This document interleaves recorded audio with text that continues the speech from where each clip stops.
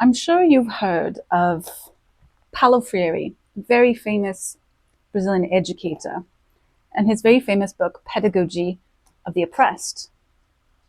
Who is he? I mean, the very first page, it says, Paulo Freire, 1929 to 1997, was a revolutionary Brazilian educational theorist, heavily influenced by Hegel, as well as Marxist and anti-colonialist thinkers like Frantz Fanon or Jean-Paul Sartre. Freire promoted the liberation of the working classes through a cooperative teacher-student educational model. I'm sure you've heard about how divisive a lot of his work is and how highly critiqued it is these days, more so outside of education than inside, but never mind. What I find interesting, this particular printing looks like it's 1993, originally published in 1970. Even in 1993, in the preface, it says, I have encountered both in training courses which analyze the role of conscientization, so that's the critical consciousness, conscientization, and in actual experimentation with a truly liberating education, the fear of freedom, discussed in the first chapter of this book. Not infrequently, training courses participants call attention to the danger of conscientization in a way that reveals their own fear of freedom. Critical consciousness, they say, is anarchistic. I would agree with that. Others add that critical consciousness may lead to disorder. Some, however, confess, why deny it? I was afraid of freedom. I am no longer afraid. He knows. He knows that this causes problems and people have been raising objections. In one of these discussions, the group was debating whether the conscientization of men and women to a specific situation of injustice might not lead them to destructive fanaticism or to a sensation of total collapse of their world. In the midst of the argument, a person who previously had been a factory worker for many years spoke out. Perhaps I'm the only one here of working class origin. I can't say that I've understood everything you've said now, but I can say one thing. When I began this course, I was naive. And when I found how naive I was, I started to get critical. Anyways, he goes on. He's defending that his ideas are not anarchistic and do not lead to fanaticism through, the odd example. Oh, there's a thunderstorm, it's raining. Yeah, that is, some of his students are like, oh no, I've developed freedom. But the interesting thing I wanted to bring up is that what we know now of Paulo Freire's methods, which are absolutely all over our education system, even when this book was published, or at least when the preface was written, I'm not entirely sure, he knew that there was substantial objections to his theories on the basis of them being radical. But I don't want to talk about Paulo Freire today. I want to talk about Henry Giroux. That's who we're going to talk about today, because that's who I think is largely responsible for bringing this to North America.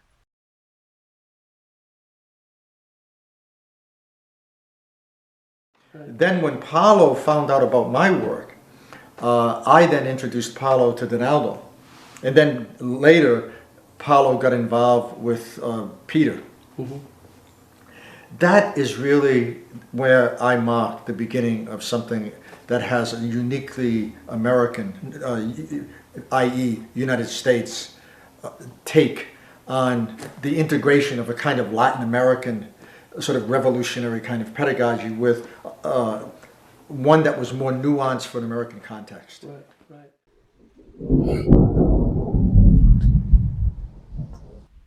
I really enjoy the summer rain. They're lovely. Okay, so from what we know and what we can tell just by reading a little bit of that book, possibly the most influential book in education, is that Paulo Freire was a revolutionary Marxist educator. He did develop his ideas for adults, not for children. So how did this little-known Brazilian become so ubiquitous in Canada? Well, that would be Henry Giroux. Well, maybe not just him. There are many of his comrades which probably are equally responsible. People like Peter McLaren, who I did a video on not too long ago. But also other people like Joe Kinchlow, like Deborah Britzman, a whole bunch of other people. A lot of them at OISE. And many of them formed a group called the Paulo and Nita Freire Center for Critical Pedagogy, which we'll talk about a little bit later, I think. But for today, let's just stick with Henry Giroux and talk about his influence on the education here. Okay, so I have a little excerpt here of something that he wrote in 2023 about teaching. I mean, he writes a lot. This man is a very prolific writer. He said, educators also need to develop a language and mode of criticism that dissolves the assumption that capitalism and democracy are synonymous, that the market is the template for all social relations, that all problems are individual in nature, and that economic and political actions can be divorced from social costs and ethical responsibilities. The language of social change cannot be frozen within the discourse of an alleged reformed capitalism. No, no, no. Capitalism cannot be reformed. It must be replaced by a sustainable form of democratic socialism. At the same time, educators should be at the forefront of acknowledging that socialism cannot be implemented simply by changing economic policies. Such change requires a new kind of critical agent, a new script for mobilizing desire and change of consciousness. Matters of agency, creativity, passion, and community must be embraced as part of a radical restructuring of the subject and the grounds for creating a mass movement of resistance and more just world. So, I think we can tell from just that one little expert that his goal in all of his educational theory and practice as a Marxist, which he is to undo, to critically to criticize what his view as a capitalist democracy, which is not even what Canada is, but anyway, to criticize that so-called capitalist democracy until it is dismantled and destroyed so that he can replace it with what he views as a democratic socialism. So he's a communist, basically, and he wants to use the education system to do that. Just a side note, as far as I can tell, Canada isn't a democracy solely. A democracy is mob rule. There are guidelines or there are protections in place to avoid mob rule. Canada is a federal parliamentary constitutional monarchy that essentially means it's a representative liberal democracy, liberal being the key word here, with constitutional protections. So that means that it's legally overseen by a parliament. And all of these things put together, these controls put together, are there to temper a pure democracy. So mob rule, it's to temper that mob rule so that the majority of people, 51% of the people, cannot control the rest. So that's why we have things like human rights legislation and protections for minorities and so on and so forth. So it's not a pure democracy. It's certainly not a pure capitalism. We do not have, unfettered free market. Regardless of his critiques, Canada is absolutely not a capitalist democracy. But I digress. Okay, so who is Henry Giroux? After earning his doctorate at Carnegie Mellon University in Pittsburgh, Giroux took a position as a professor in education at Boston University. He was involved in some sort of controversy at Boston University, which I'm not entirely clear on, but I've heard him talk about it and I've read a little bit about it. It seems to me that he was denied tenure at that university with some controversy around it, and I believe that was down to his extremism, down to his radical Marxist view of education and wanting to radicalize pedagogy. In the United States right now, there's an enormous controversy around Middle Eastern studies and the right attacking people like Joseph Mossad and others. But people forget that in education, during the 80s and the 90s, we were under attack all the time. All the time. People were constantly being denied tenure. That's right. Pushed out of schools, couldn't get jobs. So it's very interesting how in Middle Eastern studies, and rightly so, people are alarmed. Right. But in education, when it happened, when I was fired, there was barely a whimper. Yeah. And yet that was a big deal. That's right. That was a big deal. It was a huge deal. No, it was a big deal. Yeah. And but because of the field I was in, I think that people outside of education can't imagine that how dangerous what we do is. Exactly. They have no idea that when you begin to talk about questions of agency and identity and linking education and learning to social change, the kinds of interventions that then get mobilized against you, they don't really often come simply from the extreme right. What you often find are liberals who are off the wall because they really think education is about methodology. That's right. And I think both of us have had the experience that sometimes the greatest criticism and greatest attempt to subvert our work has come from the liberal domain rather than sometimes the right-wing domain. And this was maybe too much for his colleagues at the time. Henry Giroux is probably most well known for his view that education is inherently political. It is the goal of education to be political, to recognize how political it is, and to, in his mind, turn it to the ethical political, which is a Marxist overthrow of society for socialist means. That's right. That's right. I have never found myself in this field, particularly in education, because let me make this more clear. I think this is an important issue. In the hierarchies of disciplines, education doesn't rank much, as we all know. Right. It's sort of like soda water compared to, I don't know, Chardonnay, right? Or $4,000 bottle of Merlot. But at the same time, it evokes the most incredible resistance whenever it's exercised both within and outside specific disciplinary boundaries. That's right. This is very interesting. I mean, John Silber went berserk over people who did critical educational work, right? The disciplines they don't want to publish it, either they suggest that it's not worth reading, or when it starts to gain a foothold, all of a sudden you find that students are pulled away from you.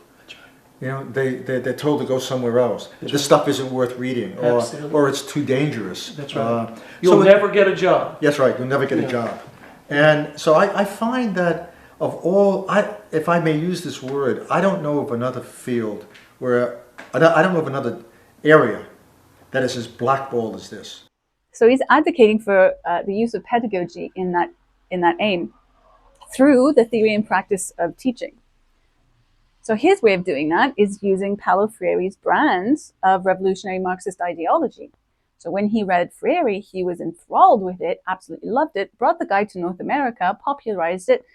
So for him, that meant that education is a vehicle for anti-liberal sentiment in favor of what he sees as the left, which is just Marxism.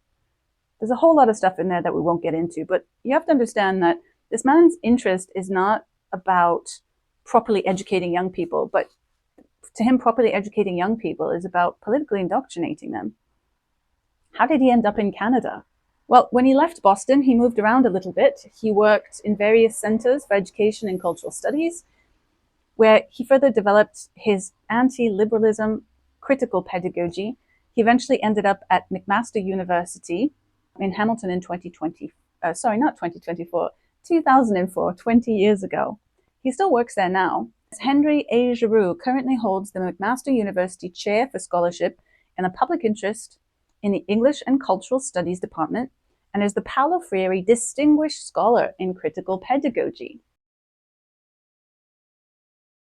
Moreover, critical pedagogy should be engaged at all levels of schooling. Similarly, it must gain part of its momentum in higher education among students who will go back to the schools, the churches, the synagogues, and workplaces in order to produce new ideas, new concepts, and new ways of understanding the world in which young adults and young people actually live. And if educators are to function as public intellectuals, they need to listen to young people all over the world who are insisting that the relationship between knowledge and power can be emancipatory, that their histories and experiences matter, and that what they do and say counts in their struggle to unlearn dominating privileges, productively reconstruct their relations with others, and transform, when necessary, the world around them. Simply put, educators need to argue for forms of pedagogy that close the gap between the university and everyday life. The curricula need to be organized around knowledges of those communities, cultures, and traditions that give students a sense of history, identity, place, and possibility. What I want to do is a couple of things. One is I want to talk about neoliberalism and sort of in some way articulate the threat that I think it increasingly presents to a whole range of institutions that in some ways refuse to completely define themselves by the logic of the commodity or the logic of privatization or the logic of deregulation. Secondly, I want to talk about the way that threat is sort of manifested in the university, the way in which we can begin to understand how the university is being attacked by virtue of some of the precepts, the ideology, the policies, and the modes of governance that we see emerging out of this neoliberal framework. Thirdly, I'm going to talk about public intellectuals in ways that hopefully will allow us to understand that the university, particularly at this time in history, may have a very particular responsibility to defend itself in light of the enormous attacks that it's now undergoing. Giroux is staunchly anti-liberal, but he couches that critique by calling it neoliberalism. While I agree that contemporary liberalism does have its problems, we're seeing all kinds of encroachment by a large state. I would argue a lot of that because of socialist encroachment into liberalism, but whatever, things like new oligarchies of large corporations, or the managerial state of an overly zealous legal system, and the enabling of things like cultural socialism, or what we would call woke and leftism, progressive leftism, that is having a real field day with our culture. So there are problems with liberalism.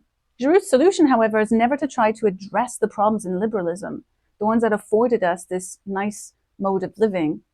His solution to that is to firmly criticize what he dislikes about liberalism, to enable the ushering in of a socialist society. That is the entire point of his critical pedagogy.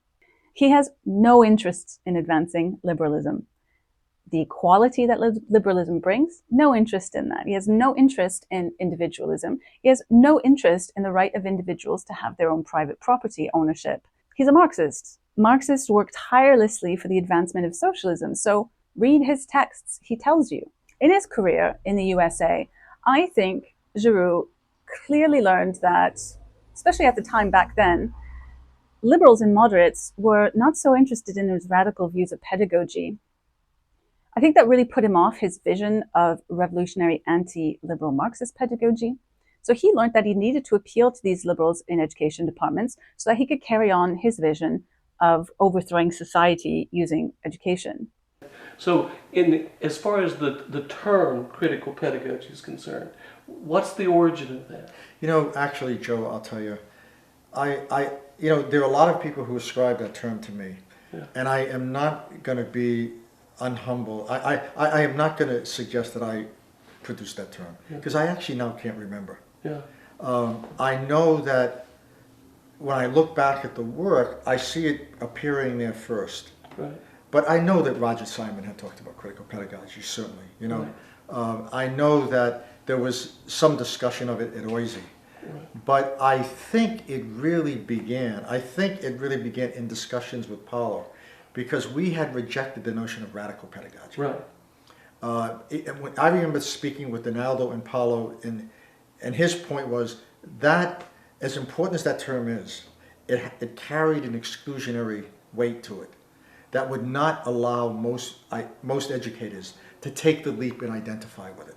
So we thought critical was far more interesting. Right. Now, this may have emerged at the same time at Oise, or it may have emerged at the same time in Australia. I don't know. What I do know is that the focus around critical pedagogy as a very significant theoretical body of work, as opposed to, let's say, the focus on the political economy of schooling, right, was what we did. That's right. There's no question in my mind. That's right. Now, if we can get beyond definitions here, right, there's no question in my mind that critical pedagogy, certainly as a significant investment in a body of theoretical work, I would certainly argue, and maybe terribly wrong, but really it does begin in the United States with that work around Paulo in the middle of the 70s. Yeah.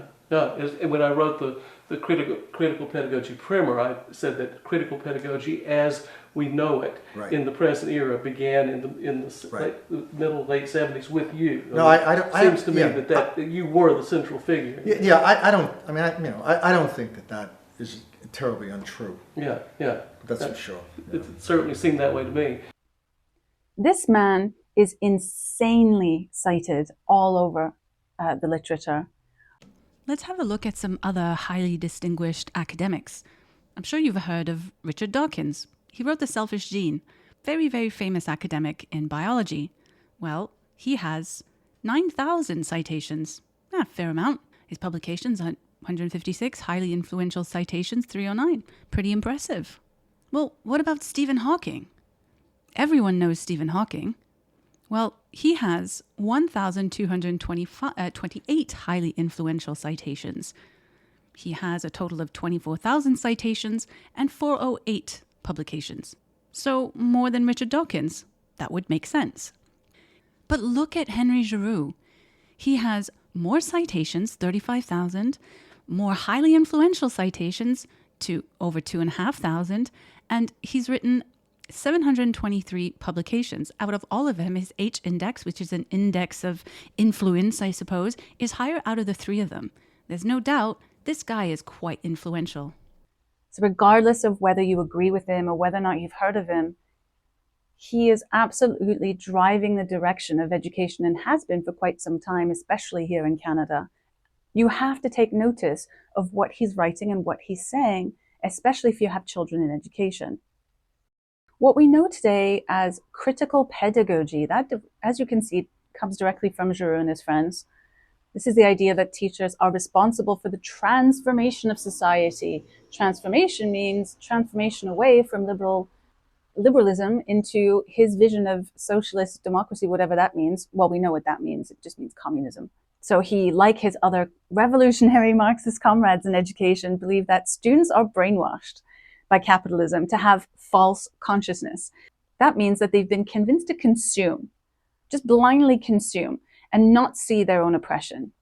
They view their roles as educators to use the principle of Marxist critical theory to liberate the minds of those young people and awaken them to that false consciousness. So this death of false consciousness and awakening on the side of the oppressed is what Paulo Freire calls the conscientização, which I was reading earlier. And that's the development of critical consciousness. This language of critical consciousness is all over university now. It's all over social sciences, education, humanities, you name it. I even found it snuck into writings of this lady called Dr. Lauren Bielstock. She was given as an expert by the ETFO, the Elementary Teachers Federation of Ontario, teachers union here in Ontario for elementary teachers. That union sued the government over sex ed curriculum. And this lady, Bielstock, is a anti-parental, well, part of the cut of her jib is being anti-parental rights. She really advocates that children are little independent beings and that the state has as much control over the protection of children as their parents do, have more rights over the children. Anyway, I'll get into that in another video. Her views are quite interesting, but this lady who is quite anti the idea of parental rights, I found in a book that she wrote this quote about false consciousness. I'm not going to go into the text of this book, but this is the book by Lauren Bielstock and a colleague called The History and Philosophy of Sex Education. As I was reading through it, I came across this interesting description. First, children around the world tell us that they want more school-based sex education. While it is possible to dismiss some of these demands as false consciousness, that means children not knowing what is in fact good for them. That is a really interesting description of false consciousness. The Encyclopedia Britannica says that false consciousness in philosophy, particularly within critical theory and other Marxist schools and movements, the notion that members of the proletariat unwittingly misperceive their real position in society and systematically misunderstand their genuine interests within the social relations of production under capitalism. False consciousness denotes people's inability to recognize inequality, oppression, and exploitation in a capitalist society because of the prevalence within it of views that naturalize and legitimize the existence of social classes. Now, that is very different from children not knowing what's good for them. I wonder if the evolution of the language now means something very different. So as you see, it's everywhere. So in a nutshell, when young people shed that false consciousness, when they've been given critical consciousness, when they have awoken on the side of the oppressed, through this brainwashing stuff, this political indoctrination pedagogy, only then will they be able to resist and dismantle society. Now, all kinds of methods have been derived on how to do that in time. I've done a video covering Kevin Kumashiro. I intend to do another video on Kevin Kumashiro, and he lays out a method of anti-oppressive education, which teaches educators to teach through crisis, to cause a crisis and how to teach through it so that students learn to resist society rather than resist the teacher. So there are loads of methods to help teachers bring about critical consciousness or political indoctrination within their students.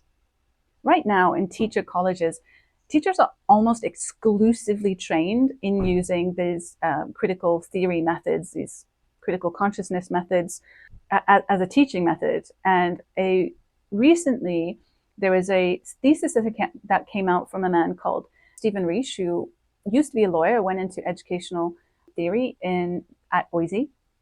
And he wrote a thesis looking at whether or not critical theory was in the school system in Ontario. And the resounding answer is yes. Please go read this thesis if you're interested in it. It's a really great piece of research. It starts off with a really great literature review of the history and how it found itself in the education system. And then it does a quantitative analysis of the language of critical theory and how it presents itself in policy documents and throughout the education system. So it's actually really, really good thesis. If you're interested, go read it. So why do teachers do it? Are teachers all revolutionary Marxists? No, they're not. These are compassionate people who like kids, who want to help children, who probably always thought they wanted to be teachers for the most part. They are not revolutionary Marxists. So why are they doing this? This is what I asked myself when I started reading and learning about all of this. And it's become clear to me when engaging with those teachers that many of them have no idea the philosophical and political roots of the intended outcomes of what they're doing, or this new critical pedagogy that they learn. I've had a few tell me that they never read these texts, the books by McLaren or Giroux. Most of these teachers don't read this stuff. They just want to teach. They take it on face value. What they learn is the best practice. They see that this is sold to them as something to help the needy, to help the less fortunate, and this is the best practice. It's reinforced by other departments around the university, and everyone else does it. Plus you have unions who kind of force it upon them to do it too. So that's like a whole other story about the unions. But I don't think most of these teachers realize what they're doing, and they end up in this little bubble. Teachers who don't like it, who've spoken out about it, like Chanel Fall, often get in trouble from their teacher, from the College of Teachers. So there's a lot of problems here that I think when teachers go into education might not realize. And as more and more young teachers are frankly indoctrinated into a radical leftist Marxist ideology in their teacher colleges, I don't think they fully understand what it is that they're doing. And then there's like a whirlwind of being stuck in it when you're there. So regardless of how you personally feel about Giroux's politics, whether you agree with him or not, his vision of education, which to me is simply political indoctrination, is endemic throughout teaching. That is what our children learn, essentially. They learn through that lens to awaken on the side of the oppressed. You go to school to learn how to do math, how to do literacy, and you're then trying to unpick the systems of privilege and power within, I don't know, Anne of Green Gables, right? So it's there. Whether you agree with it or not, it is there. The astounding fact is that Giroux's concept that all education is inherently political really is the dominant view in education right now. But it is one politics. Only one form of politics is understood as moral and good. Radical progressive leftism imbued with Marxist characteristics, whether the person knows what they're pushing or not, is what it is. Anything remotely to the right of this far left ideology is considered literally fascism and must be rejected at all costs. This is why when you have parents who start saying that they don't agree with it, talking to their teachers, being ignored, going to then school boards, being refused delegations and speaking up, they're being rejected on the basis that, oh, they're just conservative, they're just, they're Christian, they're whatever it is. By the way, I'm not Christian, nor am I conservative. Many, many people who have problems with this consider themselves liberal, but that doesn't matter because you have to paint it as, these are crazy, they're fascists. This is why this is happening, because the teachers themselves have been indoctrinated to believe that anyone who disagrees with them, who might have a slightly more conservative view than them, is literally Hitler. This is what we call political indoctrination. That's the instruction from a single political perspective at the exclusion and even demonization of others. Other aspects include propaganda that reinforces pressure on people to adhere to that particular political camp. Canadian education is a political indoctrination experiment right now. And I may sound hyperbolic, but I think this is actually just what's going on. To varying degrees, of course. Some people may apply it more than others. Many teachers see themselves as activist educators who must do that all the time. Take, for example, Annie Ohana, who recently was, some of her posts had blown up on social media, and it got picked up by the mainstream media. So there are many of these activist teachers, whilst there are many teachers who don't engage with this stuff very much at all. But at the end of the day, the prevailing view is that the correct moral stance is this far left ideology, and anything other than that is unacceptable. And you see that clearly when it comes to a lot of these policy documents or union best practice documents or resources, for example, that are steeped in things like critical race theory, queer theory, decolonization theory. So if you've asked yourself why teachers seem to be increasingly bold in imposing their political views on your children and denouncing concerned parents as bigots, fascists, or whatever they want to call us, you can draw a direct line to Giroux. All you have to do is read the policies. Read the policies. Go to your union, read their resources. It's all there for anyone to read. The difference is when these originators, let's call them critical pedagogy originators, they're quite explicit in their intentions when you actually even just listen to them on YouTube. Use the words of Paulo Freire, as you would see on the slide, when speaking about the influence that schools can have on society in general. If teachers allow students to question the norms, the morals, the values that produce inequalities in our society, schools can and should serve as places of destabilization, of disruption. We need to push back the status quo.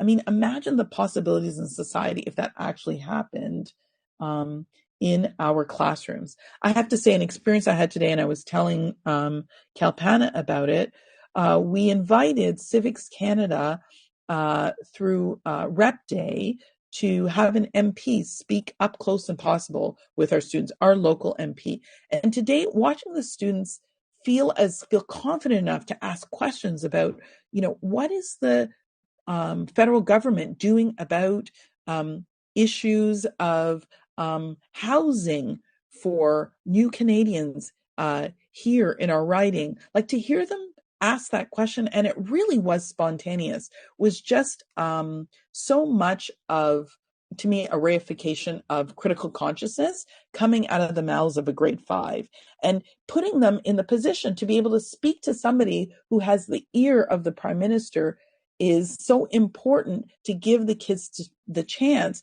to realize their critical consciousness and really validate their thinking, knowing that their thoughts will speak truth to power. Finally, Lance and Billing observed that teachers in her study consistently demonstrated why critical consciousness is and was so necessary for schools.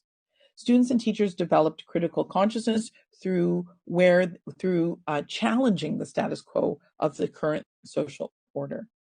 Critical consciousness highlights systems of oppression, injustice, inequity, and it should transform thought and moves to action to intentionally dismantle and eradicate sources of injustices.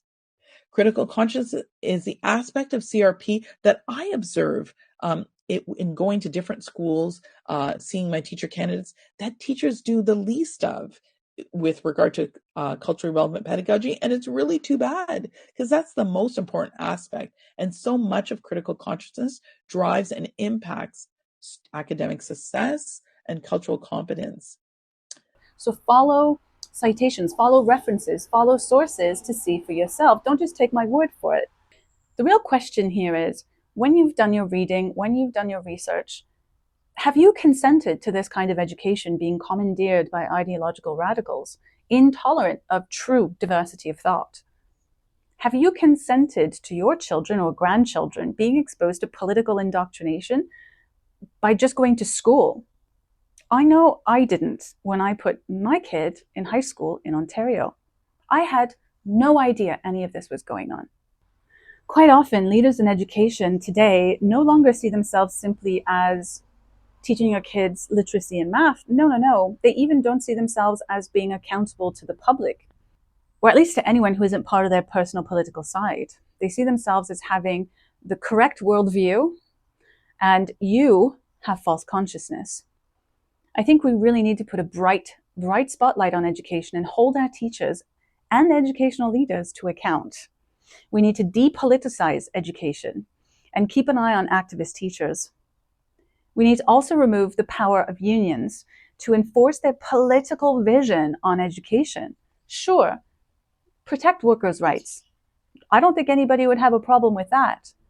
But unions, do they really have the right to impose their far left, Marxist, and progressive liberal? It's not even liberalism, it's just progressivism, it's far leftism, essentially, at this point. Do they have the right to impose that on their teachers, so their teachers must follow that particular political worldview? I don't think so. And I think we need to start looking at that very, very, very closely. Our schools are absolutely overrun by activists, and that needs to stop.